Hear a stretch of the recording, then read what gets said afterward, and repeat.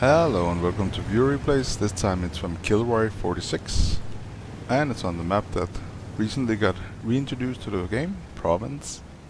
So what to say about the Province map?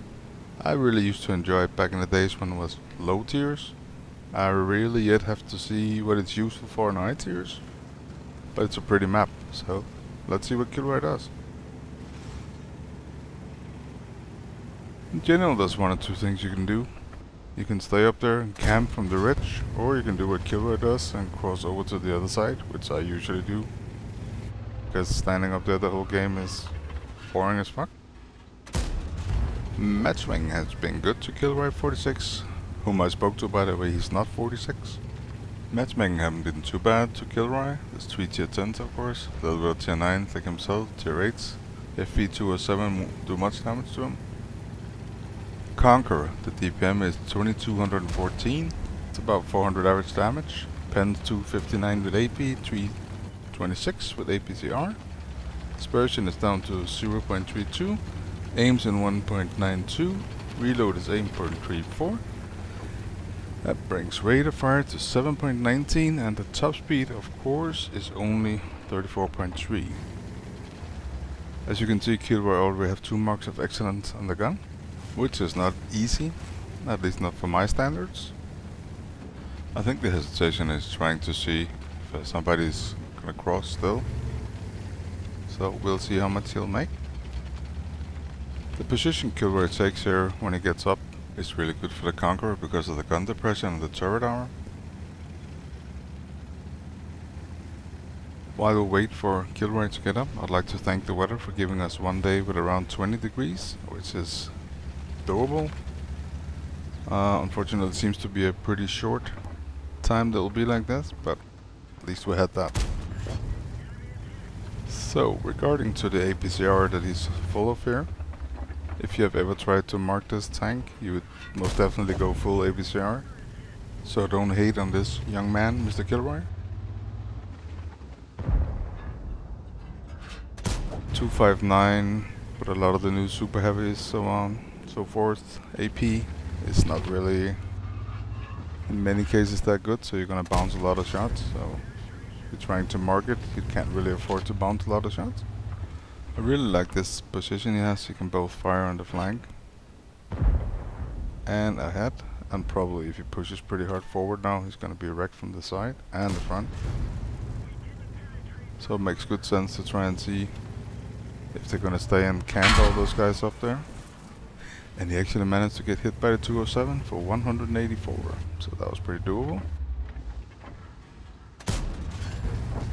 Gets another shot in, he's up to 2300 damage. A little bit surprised they're not trying to take at least some kind of cover on the other side. Nice shot and a track shot. I really like the Conqueror. I think it's one of the most OP tier 9 heavy tanks for this kind of battle. And of course the Big Brother, which is the only one I play in rank, but it's the only one that actually works wonders for me. I'll probably try and put together a video from ranked, so I really need all your good replays from ranked and various tanks. I'll also see some other tanks that can do it, and of course you experience it with which tanks works for you. You've been very kind to send a lot of replays, which is very appreciated. Of course the link is below where you can email them to. And they just keep crossing in front of Mr. Conqueror. The shell velocity comes to 1067 meters, so that's something to take into account when you're sniping with it. The part I really struggle with, it was the super heavies, and if I have to snipe them with APCR, which loses some penetration. I find it so hard to pen some of them when the distance is too high. So he's going up here on the ledge for this position. This is a really good position, I had a lot of success up here. See if he'll still be able to get a... You got the kill shot in. Good job, Conqueror, and you just passed 3000 damage. Up here there's of course a little bush you can be hiding a little bit in while you snipe at least. Should also be pretty hard to pen you when you're like this. The angle is very good for it. I really must say Conqueror, he doesn't overextend much, which is always a delight to see. Greed is personally what kills me most. I always want to try and get the last shot in. Meanwhile, it's gone down to 4 to 9. Conqueror is up to 3,800 and 1 kill. It's one of 4 people in his team that killed somebody. So I really think he needs to carry pretty good. It's not too far off yet with the HP difference. Ooh, and here's E100. That's not even focusing on him. This is nice. 44-100 is playing circle games with the E100, which is very brave. I think he should be able to outrun him for a while. We're just trying to see if we can get some shots in meanwhile. And he managed to pen another one. Don't really think the 44-100 could pen the E100 that reliable. And another one connects. Ooh, 44-100 didn't make it. The E100 was too fast at the end. So let's see. Looks like he's gonna get swarmed now. 6 to 10. Teams are still pretty even in HP. So which one should he decide to go first for here? I think he should prioritize the E100. Still have a little bit of HP to give away of, and there goes the E100 out. So he's up to 2 kills and 6.3 damage. And here comes the layer 1. Gets another pen in and takes his ammo storage out, which is pretty unlucky actually. Sets his reload to 17.88 seconds, which was not really a good time for that. Conqueror is asking his teammates to come help him.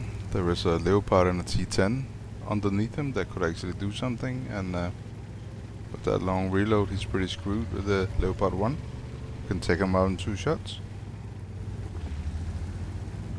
So let's see if it circles back, that Leo 1. And the enemy T10 receives another shot.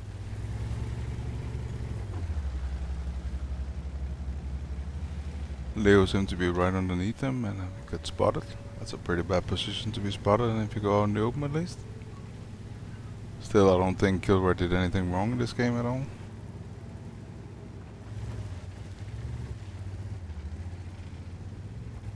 I'm a lot more in doubt if his team can win. Let's see if Leroy can help them. Sure does. He takes 1 out, so it's 8 to 10 now. But they went the bad shot, so it's back to even Steven. Let's see if he can take the B set out here.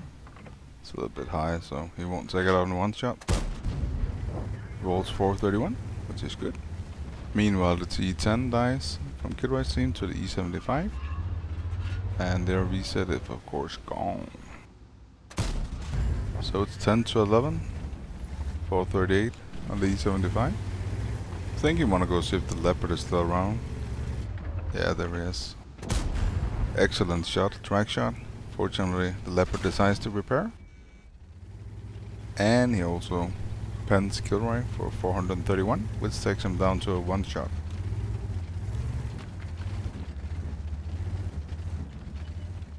He can also take the Leopard out in a 1 shot, but he cannot low roll, that's for sure. Not saying that you always low roll when it's the kill shot, but it has been known to happen. At least that's the times we remember, I'm sure. Let's see if we can finish off the E75. Nope. Tracked it down.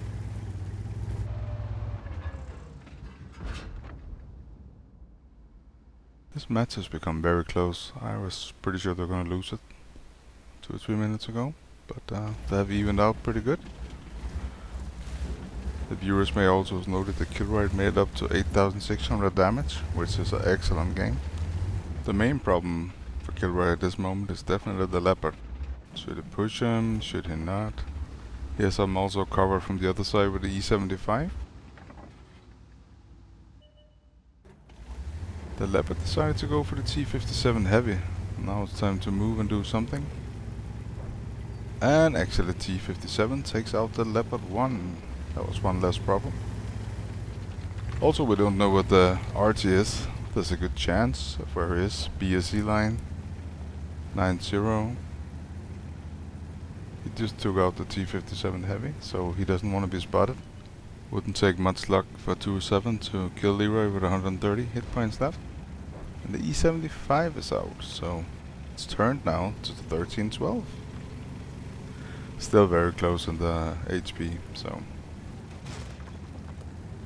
let's see if Kilroy can actually find that Artie and the Udis. I'm fairly sure the Artie's ahead of him, but the Udis haven't been spotted for a long time, so he could be many places and he's a bigger problem. Maybe the ELC even will be able to spot him. That's the hope, at least. Because the Udis can be a problem, even though he is a tier 8. Swedish semi-invisible tank destroyers with high DPM is not my favorite tanks in the game, especially when it's all become a little bit corridor map.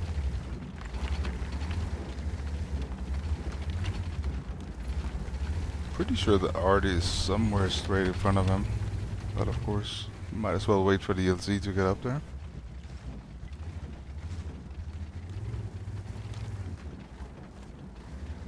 There's also some good advice in chat from the Leopard. And there was the 207. Should be able to one-shot him. Well, that wasn't the highest roll in town, for sure. Nevertheless, he's out, so it's 3 against 1. That should be definitely possible. And of course, Kilroy made it up to 8,992 damage. Respectable. 3 kills. No assist or no bouncing. He has 1 APCR left. After that, it's 3 AG. So no wasting ammo. Where can he be? They must have zeroed him in soon. He's not up there. The ELC's come. Oh, he got spotted. He must be straight ahead then. There he is. And of course it doesn't pen. Let's see if he managed to get... Oh, he bounces a shot. Let's see if he managed to get one in.